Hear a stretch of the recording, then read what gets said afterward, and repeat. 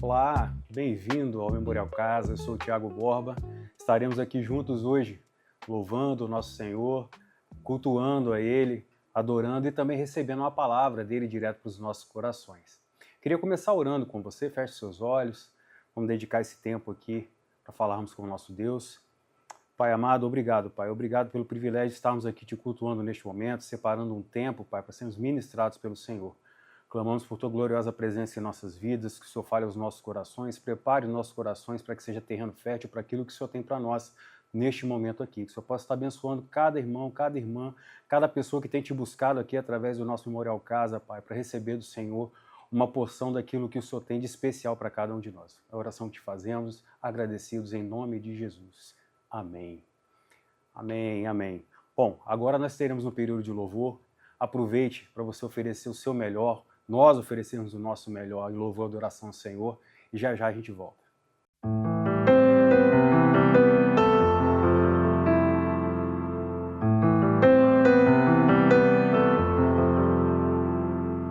Um dia então verei a face de Jesus.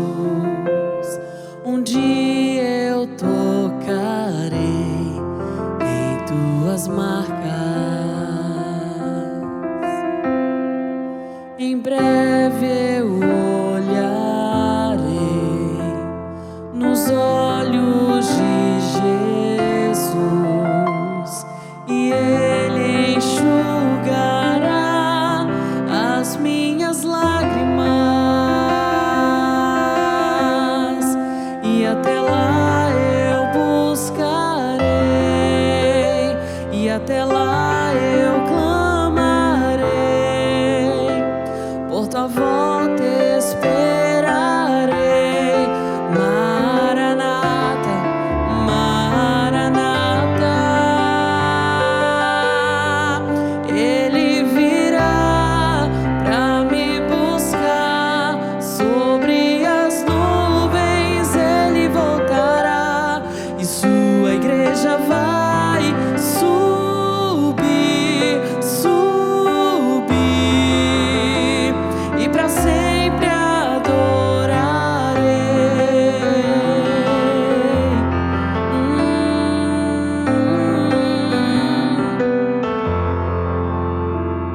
Um dia então verei a face de Jesus. Um dia eu tocarei em tuas marcas. Em breve eu olharei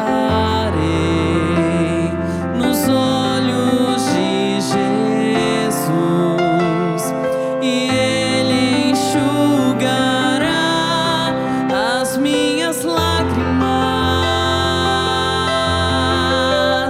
e até lá eu buscarei, e até lá eu clamarei, por tua volta esperarei. Maranata, Maranata, Ele virá pra me buscar. Sobre as nuvens Ele voltará e sua igreja vai subir, subir, e pra sempre adorarei. Ele virá pra me buscar. Sobre as nuvens Ele voltará e sua igreja vai subir, subir, e pra sempre adorarei.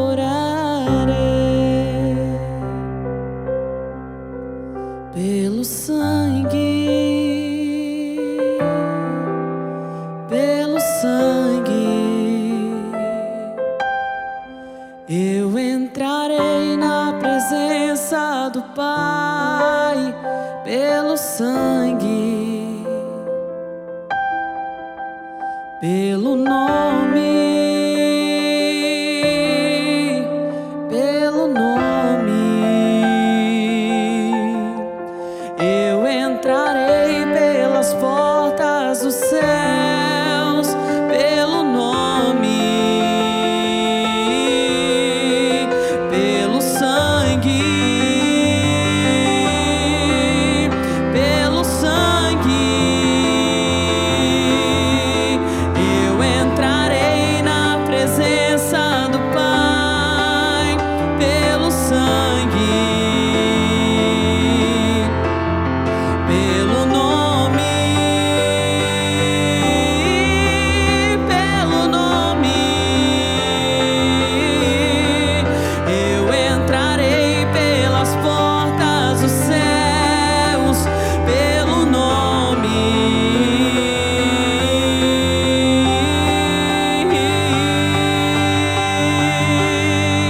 Ele virá pra me buscar sobre as nuvens, ele voltará e sua igreja vai subir, subir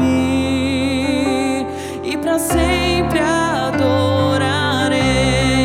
Ele virá pra me buscar sobre as nuvens, ele voltará e sua igreja vai subir, subir. A sua igreja vai subir, subir e pra sempre adorarei.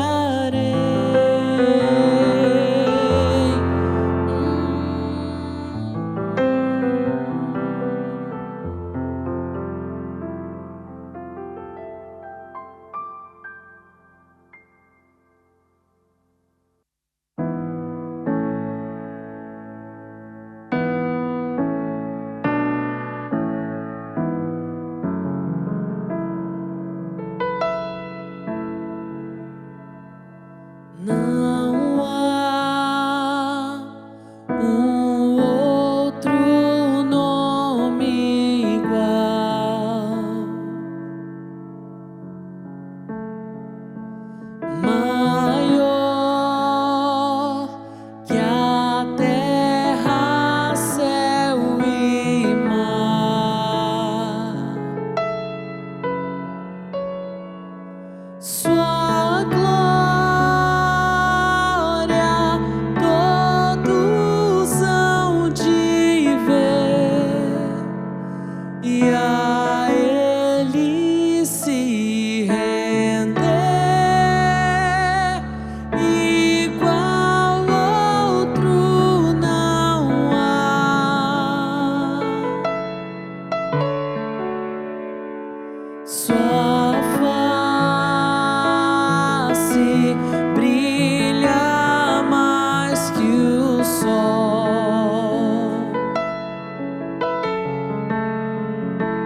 Sua graça eterna em amor.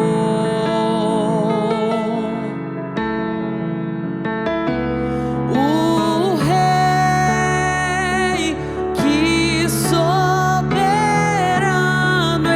está e em glória reinará. Igual outro não há. Erga os olhos, o Rei chegou. A luz do mundo nos alcançou. Não há um nome igual, não há um nome igual. Cristo é o Senhor, o invencível reinando está. Montes se prostram pra o adorar.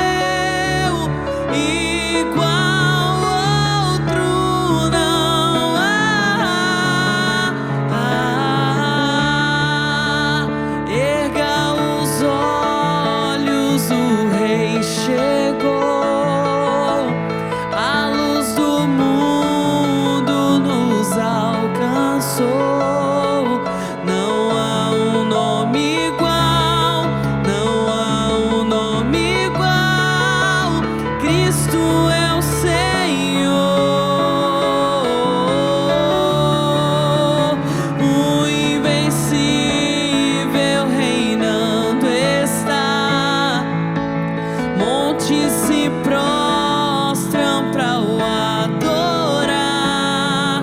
Não há um nome igual, não há um nome igual. Cristo é o Senhor.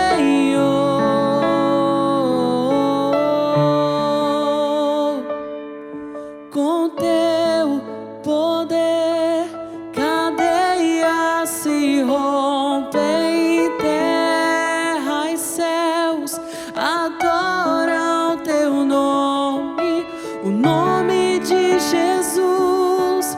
O nome de Jesus é santo, santo, santo. Com teu poder, cadeias se rompem, terra e céus adoram teu nome, o nome de Jesus.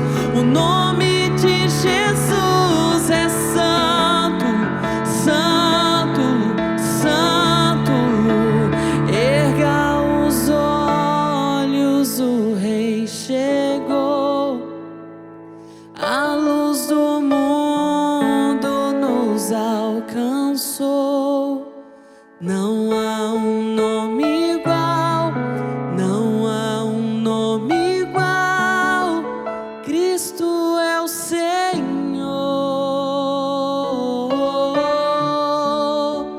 o invencível reinando está.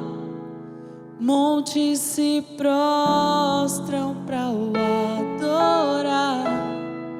Não há um nome igual, não há um nome igual, não há um nome igual, não há um nome igual.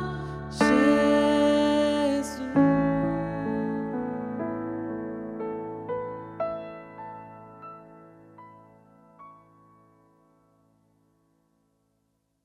Como é bom, né? Como é bom adorarmos o Senhor com cânticos, né? Com hinos, louvor do nosso coração, é maravilhoso, né? É muito bom. Bem, agora a gente vai ter um momento aqui de dedicação de dízimos e ofertas, uma oportunidade também de você contribuir com o nosso legado, lembrando sempre, né? Que legado, como diz o nosso pastor, não é só aquilo que a gente recebe, é o que a gente deixa também. Vão aparecer os 2 QR Codes aí, você aproveite a oportunidade para abençoar a obra do Senhor, que certamente vai alcançar muitas vidas. Esse é o momento.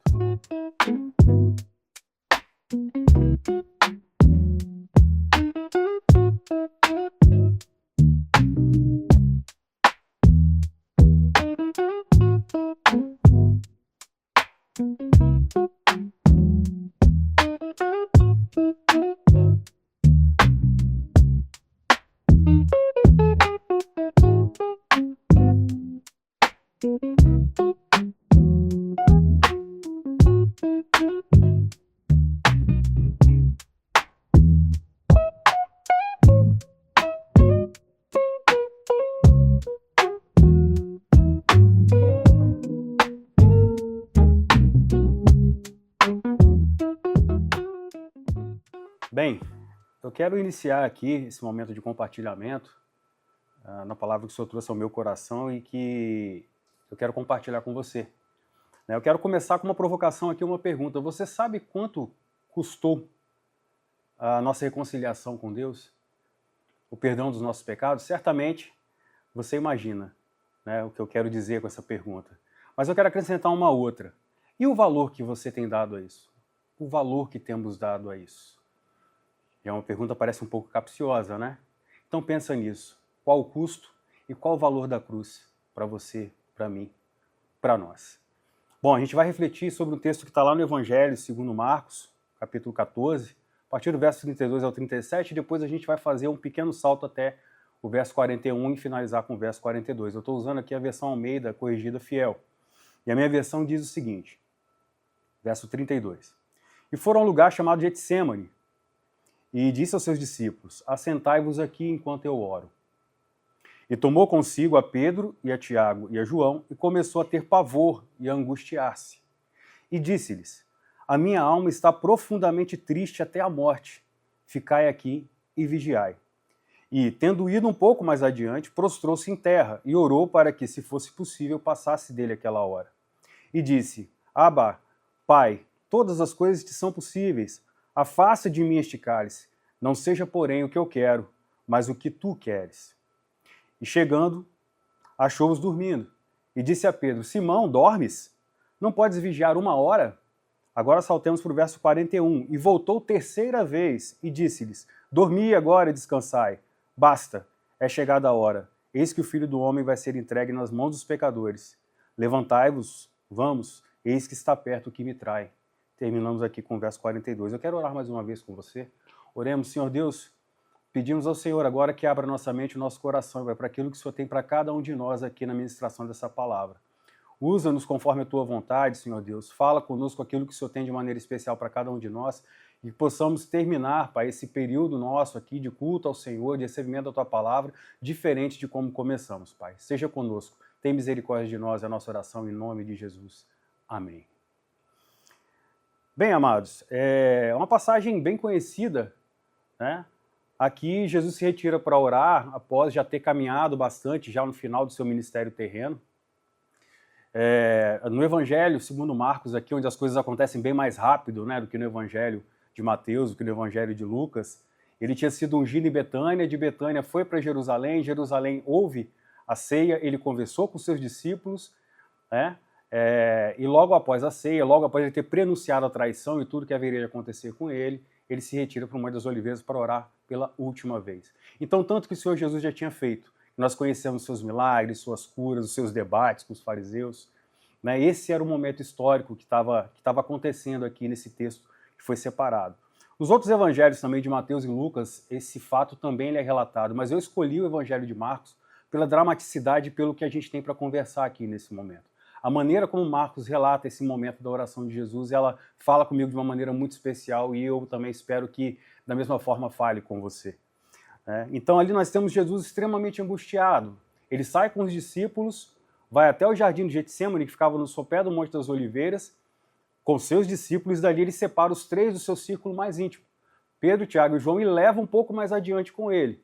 E nesse momento o texto fala, como acabamos de ler aqui, que Jesus confidencia, aspas, né, para os 3 que ele estava angustiado até a morte, e pede para que eles permaneçam ali para poder orar e vigiar. E então o Senhor Jesus prossegue já sozinho mais à frente e tem aquela famosa oração, aquela oração conhecida dirigida ao Pai, onde ele pede: Pai, se for possível, afasta de mim esse cálice, mas sobretudo seja feita a tua vontade e não a minha.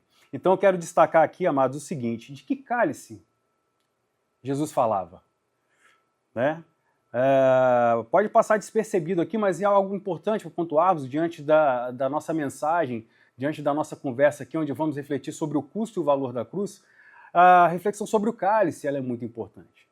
Né? Esse cálice aqui, amados, nada mais é do que o cálice da ira de Deus, que a gente vê falar tanto nas Escrituras desde o Antigo Testamento. O cálice da ira de Deus pela nossa desobediência, pela nossa ingratidão, pela nossa rebeldia. É desse cálice que o Senhor Jesus falava aqui. O cálice da ira de quem foi traído. O cálice da ira de quem não teve tudo o que fez por nós reconhecido. E esse cálice Jesus não merecia beber. E lembrando também que aqui nesse momento em que o Senhor Jesus clama ao Pai, para que, se fosse possível, fosse afastado dele esse cálice, ali ele era 100% homem.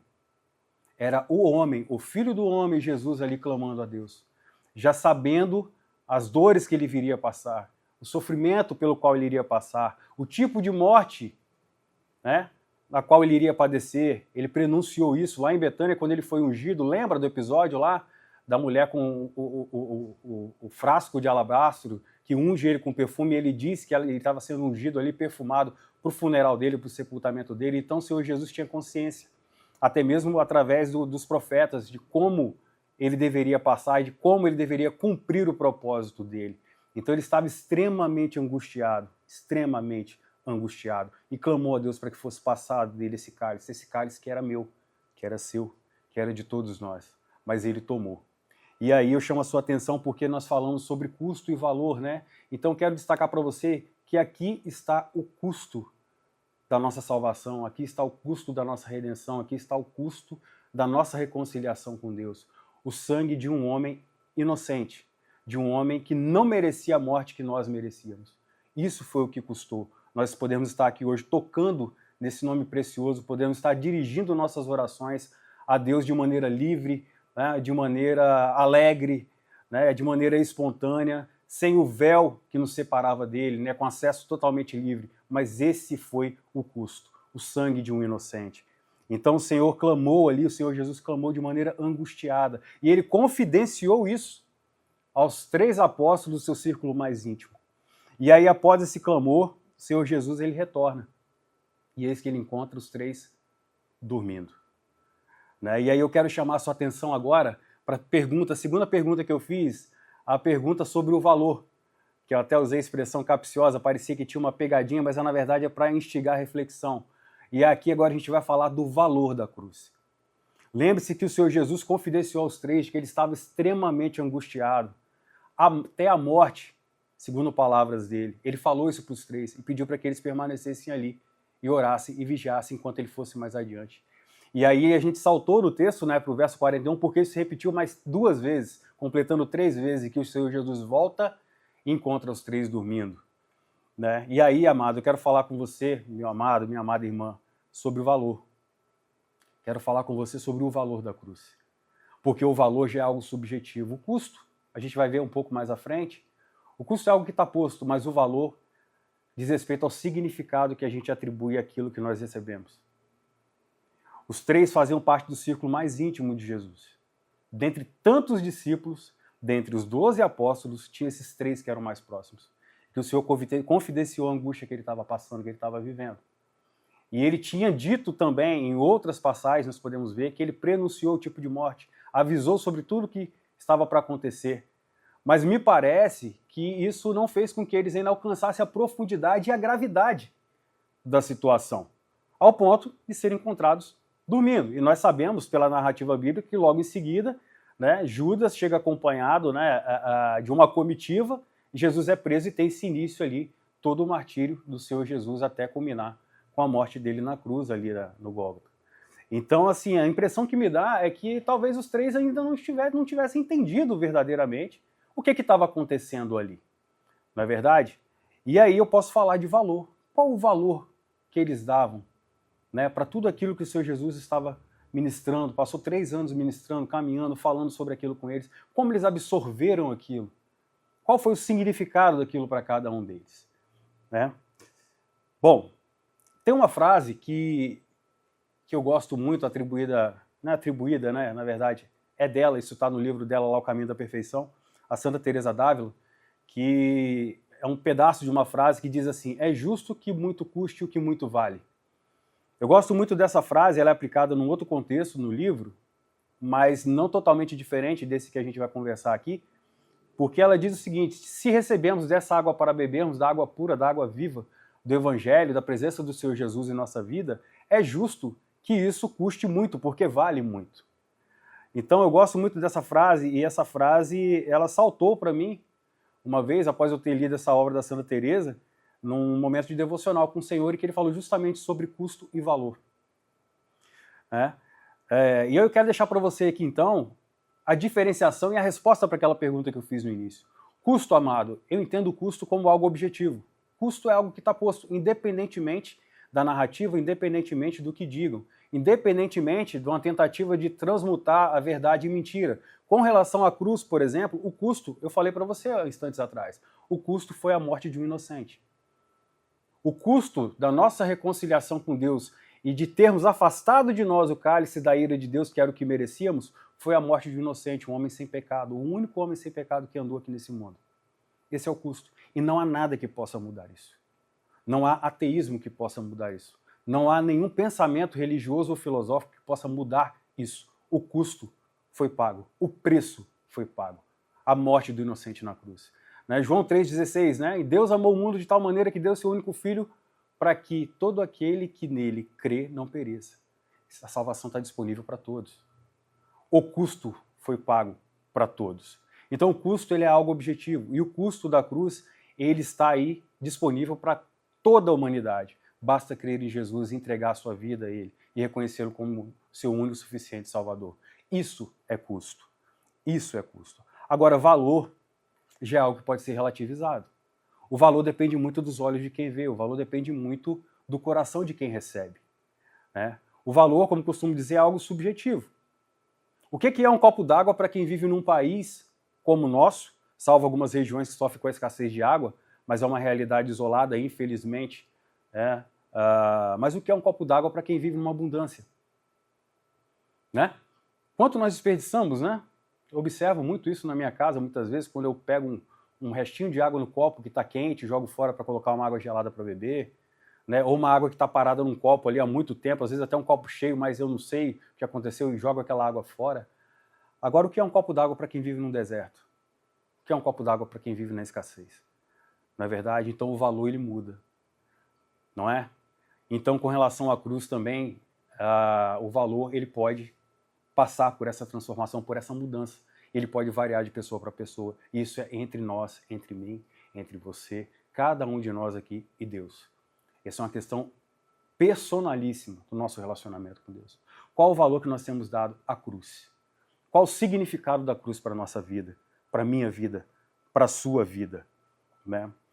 Eu costumo dizer que o valor que damos à cruz, ele é diretamente proporcional à importância e à profundidade da nossa compreensão do quanto a gente precisava daquele sacrifício de Jesus ali na cruz.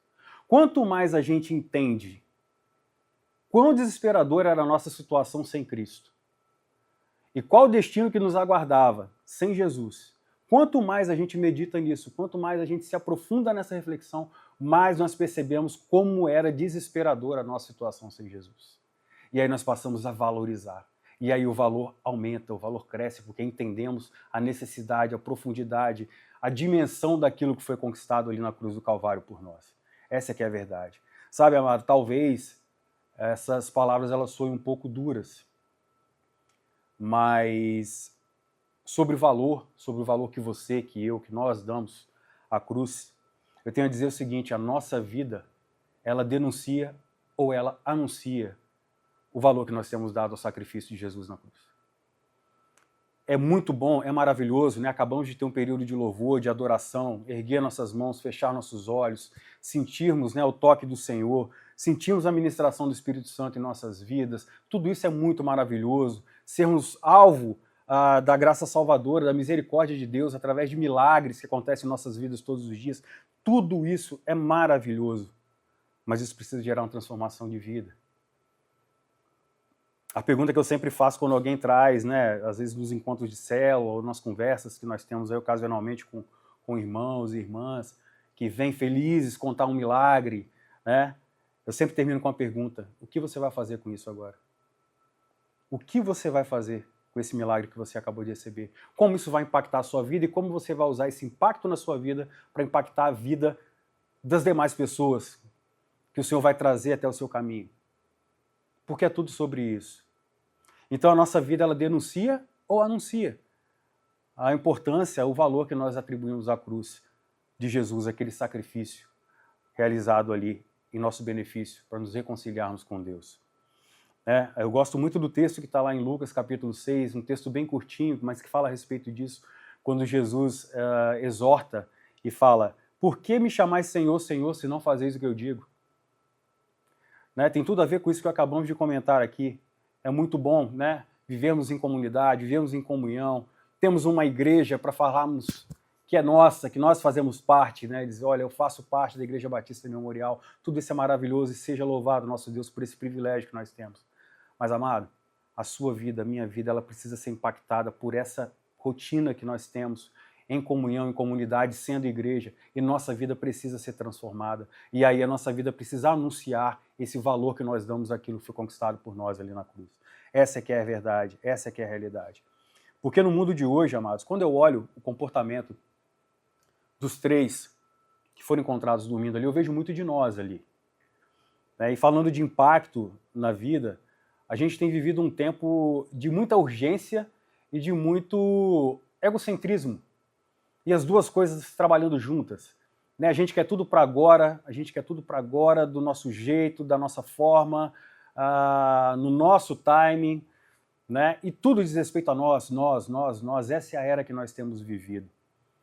Mas o fato, amados, é que se nos deixarmos sermos conformados por este mundo, né, tomando a forma desse mundo, de maneira oposta àquilo que o apóstolo Paulo fala lá no início do capítulo 12 de Romanos, né, Romanos 1:2, texto bem conhecido, também sobre não nos conformarmos com este século, com este mundo.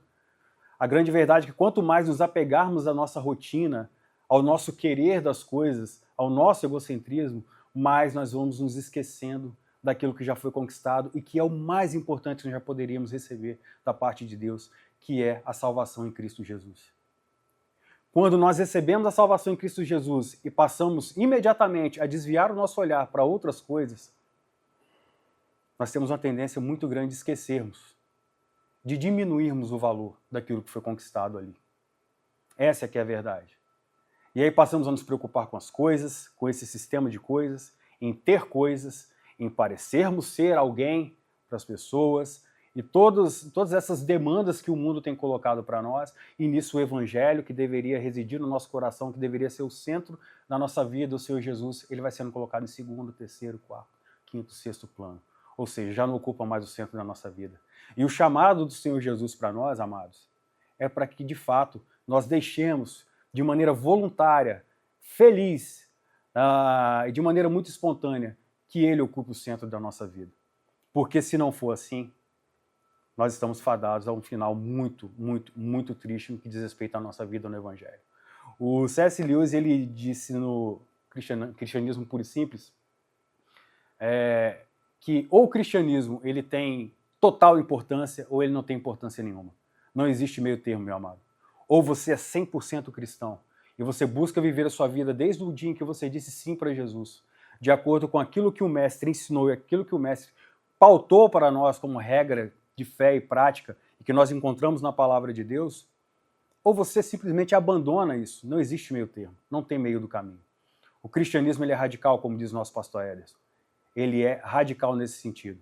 Ou você se entrega por inteiro, ou é melhor você nem começar. A mornidão ela não é aceita. Essa é que é a verdade. Então o mundo não pode ocupar o nosso coração.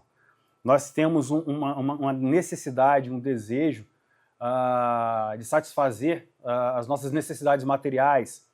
E cada vez mais temos dado foco a isso nesse mundo de urgências, como eu falei, nesse mundo de egocentrismo. Tem um livro muito bom do teólogo Larry Crabb, eu até separei um trechinho aqui para ler para vocês, e inclusive recomendo fortemente esse livro para vocês, chamado Viciados em Si Mesmos. Esse livro é fantástico. E só uma frasezinha do que ele diz no livro a respeito do nosso egocentrismo e das nossas urgências. Ele diz o seguinte, aspas, o cristianismo moderno, em seu enfoque equivocado de usar Deus para nos proporcionar uma vida melhor, e aí eu destaco aqui neste mundo caído, perdeu a paixão pela ávida esperança do retorno de Jesus, quando todas as coisas serão renovadas. Ou seja, dizemos sim para Jesus e logo em seguida, imediatamente, começamos a viver as nossas vidas. Tocar as nossas vidas, muitas vezes de maneira bem semelhante à forma como tocávamos antes de descermos as águas, de fazermos parte de uma comunidade de fé, frequentando uma igreja, por exemplo. Então, amados, eu chamo a atenção de vocês para isso, porque tudo isso que estamos conversando aqui diz respeito a valor, diz respeito ao sentido e o significado que você dá à cruz. O que significou aquilo que Jesus conquistou na cruz para você. Isso é muito importante. A maneira como nós vivemos, eu repito, ela testemunha claramente acerca desse valor. A maneira como nos comportamos em família, a maneira como nos comportamos na nossa igreja, com nossos irmãos, em célula, a maneira como nós vivemos quando ninguém está olhando. Né? Quando ninguém está olhando, quando você está sozinho ali, você na sua solitude, seus comportamentos, a maneira como você se comporta no trânsito, na fila do supermercado, amado, tudo isso denuncia o valor que você dá à cruz de Jesus. Mais uma vez dizendo, por quê? Porque se antes você era um cara que não respeitava a legislação de trânsito, se você era um cara que não dedicava tempo à sua família, sua esposa, seus filhos, seu marido, se você era uma pessoa que não tinha menor desejo de amar o seu irmão na igreja, ou nas comunidades que você fazia parte, quando Jesus entra na sua vida, isso precisa mudar. Só que o mais fantástico disso tudo não é algo que parte de você, parte da presença do Espírito Santo na sua vida. Então, isso é muito importante ser considerado. Mais uma vez, nossas ações, a maneira como vivemos nossa vida, denuncia o valor que nós damos à cruz. em nossas vidas e naquilo que fazemos. E aí, caminhando já para o final, amados, eu quero te dizer o seguinte, lançar aqui um questionamento. Será que, diante de tudo isso que a gente conversou a respeito de valor, né, a respeito de custo, será que nós não nos encontramos também dormindo? Como os três? Será que nós não estamos insensíveis a tudo aquilo que o Senhor Jesus passou, né? Tudo aquilo que ele se submeteu, toda a humilhação, todo o sofrimento, dor física, uma dor psicológica tremenda também, porque em outros relatos, se não me engano, em Lucas, né, falava a respeito de como Jesus suava enquanto ele fazia ali aquela oração, angustiado, no Getsêmani, a respeito do cálice que ele estava prestes a beber, prestes a receber do Senhor, o cálice da ira de Deus. Será que nós não estamos dormindo também? Será que nós não estamos insensíveis a isso? Será que o Senhor Jesus não nos procura para abençoar a vida de alguém com uma oração de intercessão, com um pão, um copo d'água, um abraço, talvez alguns minutos de atenção, talvez só a presença física? E quando ele nos procura, vigiando, né, sendo servos fiéis e prudentes, ele nos encontra dormindo? Entendendo dormindo aqui, amado, nesse sentido que conversamos, dormindo em atividade, sabe? O dormir aqui, eu quero esclarecer para você que eu tomo muitas vezes como esse excesso de coisas, essa correria insana que a gente tem vivido. Esse é o dormir. Esse é o dormir. Ah, eu não leio a Bíblia porque não tenho muito tempo, eu não oro porque eu não tenho muito tempo, não me dedico a nenhum ministério porque eu não tenho muito tempo. Tempo, tenho coisas a fazer. Meu amado, minha amada, sinto te dizer, se você se encontra nessa condição, você está dormindo. Você está dormindo. E talvez insensível a tudo aquilo que o Senhor Jesus passou por você, por mim, por todos nós. Essa que é a verdade. Eu quero finalizar aqui, agora sim, usando uma metáfora que há alguns anos eu recebi do Senhor num momento de devocional e eu achei fantástico, porque o Senhor falou comigo dessa forma. E a metáfora, no meu caso, de um quadro, mas você pode substituir por qualquer outra coisa. O fato é que eu fui exortado para que Jesus em minha vida não fosse como um quadro na parede. Um quadro que eu tivesse desejado muito obter. Um quadro que um dia eu olhei em alguma galeria exposto e achei lindo, talvez a obra de arte mais linda que eu achei na vida, e que um dia eu desejei ter. E chegou a oportunidade de eu ter esse quadro. Então eu pego esse quadro e coloco num lugar de destaque na minha casa, para que toda vez que eu passar em frente a ele, eu possa parar e contemplar, eu possa investir momentos ali de reflexão e admirar a beleza daquilo, sabe? E de tudo, o tempo de espera, sabe? Tudo que eu passei para conseguir aquele quadro, mas que com o tempo foi perdendo a graça. Com o tempo se tornou só mais um quadro na parede da minha casa. E o Senhor Jesus falou para mim sobre isso, falou: Tiago, que eu não seja como esse quadro para você. Que Jesus não seja, agora falando para você, meu irmão, minha irmã, que Jesus não seja esse quadro na sua vida. Um quadro que um dia você foi tomado de alegria porque chegou para você.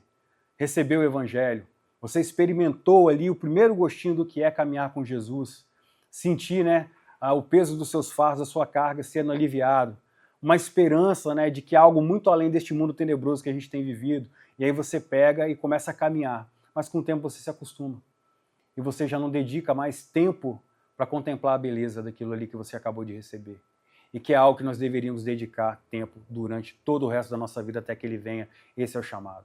Amado, o chamado do Senhor Jesus para nós é sobre renúncia, é sobre aplicar em nossa vida os ensinamentos dele, é sobre amar, é sobre compartilhar o pão, é sobre uma série de coisas, menos para que a gente durma, para que a gente transite por esse mundo aqui de forma distraída. Essa é que é a verdade. Então eu quero que você faça uma reflexão bem profunda a respeito do valor que você tem dado à cruz de Cristo e como que isso tem se expressado na sua vida. Se sua vida tem anunciado o valor imensurável que você dá à cruz de Jesus na sua vida, ou se tem denunciado o valor infimamente pequeno que você tem dado a essa cruz através das suas atitudes. Pense nisso. Quero orar com você mais uma vez. Oremos. Senhor, muito obrigado por essa porção da Tua palavra, muito obrigado por ter falado aos nossos corações. Que de fato, Senhor Deus, essa semente tenha encontrado terra fértil nos corações de todo aquele, Pai, que assistir a esse tempo aqui de compartilhamento, participando deste culto online aqui com o Senhor, que essa semente germine, Pai, e que ela possa frutificar, que ela possa atingir também outros corações e possa continuar semeando, reproduzindo a Tua palavra, Senhor Deus, por todo este planeta, por toda essa terra, por todo este mundo, Pai, tão carente, Pai, tão ressequido da Tua palavra, das boas novas do Teu Evangelho, Pai. Muito obrigado pelo privilégio de estarmos aqui tocando no Teu santo nome. Muito obrigado por Tua gloriosa presença sentida aqui por todos nós, Pai, enquanto tocávamos no Teu santo nome, enquanto mencionávamos aqui as Sagradas Escrituras, a Tua palavra que é viva e eficaz. Muito obrigado, que o Senhor nos abençoe. Fique conosco, carecemos da Tua presença em nossas vidas, até que o Senhor Jesus venha. É a nossa oração, em nome de Jesus. Então é isso, amado. Foi um privilégio atender esse convite, estar aqui compartilhando com você uma palavra. E espero que essa palavra, ela impacte a sua vida, assim como tem impactado a minha, caminhando sempre no sentido de crescer mais, de conhecer mais a Cristo. Espero que, de fato, seja bênção em sua vida. Muito obrigado. Deus te abençoe.